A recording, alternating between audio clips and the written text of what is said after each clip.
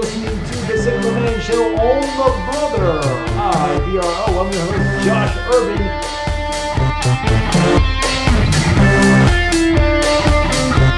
Hey, what's happening? Oh, we're on the radio here. Yeah, isn't that great? Tom Waits, new coat of paint off The Heart of Saturday Night from 1974. Shout out to Kelly up in Maryland for listening in. And she's keeping it rocking. She's keeping it real. And if I ever had a little sister, it would be a lot like her. You're tuned to WDCE 90.1 FM Richmond. And folks, it's my birthday on when? I'm getting old. I can't remember. Thursday. One of those words.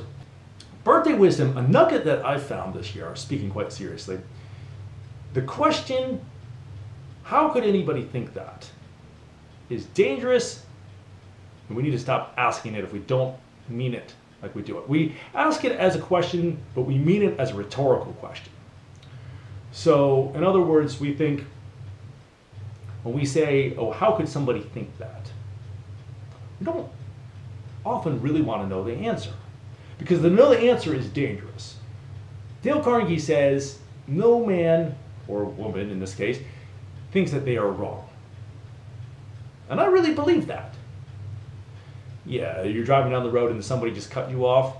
I bet if you could stop them and ask them what was going on, they would probably have a reason why they did it. I might have had to get over, maybe they had to go to the bathroom, or maybe they were just having a rough day. But I doubt they thought they were wrong. Now, if you press the point, they might see your point and say, oh, well, you know, I see what you mean and I'm sorry for that. And they might not. They might be like, dude, just deal with it. But the point is most people don't think that they're wrong. So when we ask, how could anybody think that? There's probably a good answer to that. And I've been studying perspectives for about a year and a half, ever since things have been very divisive lately, especially on Facebook. And oh man, everybody has their own opinion, of course. And it's usually a drag, and sometimes it causes rifts. Serious rifts between people. Now we can just accept these rifts and think, oh, how could anybody think that, and leave it at that if we want to. But do we really want to know the answer? It's been interesting to ask that question and see, oh, how could somebody think that? I have friends across the whole spectrum of political, religious, musical ideologies, and they'd be gracious enough to share some of their insights of how they think like that. But the danger of this question is when we ask, how could anybody think that? Then we have to examine our own logic. And if you're anything like me, it's probably not as logical. Mine is never as logical as I had hoped.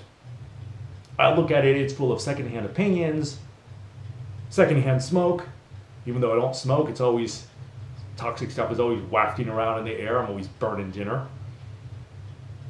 Feelings, emotions, and very rarely facts, and usually the facts just serve to back up my emotions. So if I ask, how could somebody think that, and they tell me, then I have to look at how I think that. Now, sometimes they don't line up, and that can also be painful. But at least it's honest. So what I've been trying to do, my birthday wisdom, my little nugget, is shift from how could anybody think that, from a rhetorical question to actually a question, and then trying to answer that question, and then see where they come from. Try it. It's a cool exercise. It might change your life. That's okay. If you have any thoughts, hit me up, josh@joshurban.com. And now, enough of the serious stuff, man. We want to do something silly and something fun and something joyous. And I was asking some of my friends on Facebook for some good Hanukkah music. One of my friends sent me this. It's Bohemian Hanukkah. It's an adaptation of Bohemian Rhapsody. And if you haven't heard it, oh man, you gotta look it up on YouTube too, because they do a really good video, and they put some of the explanations of the Jewish words in there. Oh man, It rocks. Check this out on WDCE.